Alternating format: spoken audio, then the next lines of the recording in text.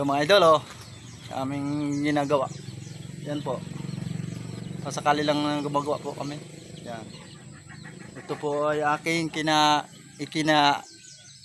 abalahan. Yan mga idol. Oh. Tayo po ay magbablog. Yan mga idol. Tayo ay magbablog. Ayun po mga idol, oh. Yan, oh. May bubong na. Bukas. Siguro bukas to mga idol. Tapos na ito. Yan. Mga idol yan, oh. Saka ito pa idol. Nilagay dito na idol sakan. Nilagay nila sakan dito. Dapat dito nilagay nila sa bandaro, no. Doon sa may pader na yun. Dito pa naman sa labas eh. Nilagay oh. Di man ako idol naglagay nito. Kasi sila man naglalagay. Yan, oh. Kung ako maglalagay doon kabila. Ito, nag-station po sila ng kusina. Ay mga idol, oh. Bomba. Bomba, oh. Yung idol, kung napapansin nyo idol, yung mga dugsong-dugsong ng idol, yung kahoy na yun, oh. Haring kahoy. Yan. Ito idol, kapos 12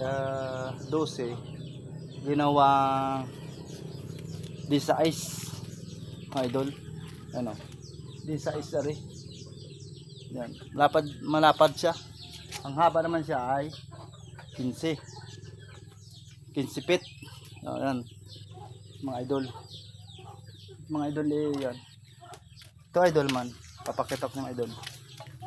Yan idol. Yan idol. Yan oh. Yan po sir, ma'am. Yan po kay Madam Grace Binturansa. Ito po yung kanilang lababo gagawin. Ito yun. Ito yung abang nila. Yan, gagawin ko pa yan mga idol. Yan, dahil dito imbis na sa kabila mga idol. Ito, pagkatapos ng mga idol. Tara. Ito mga idol. Sikip. Masikip to idol. Ano, masikip. Yan, masikip yan. Ngayon, lilipat na doon. Yan o. Lilipat na doon. Yan, lilipat sa yun o. Lilipat sa lababo. Yung mga idol. Yan. Yan po. At ito naman idol. Hahambahan ko naman. Yan to.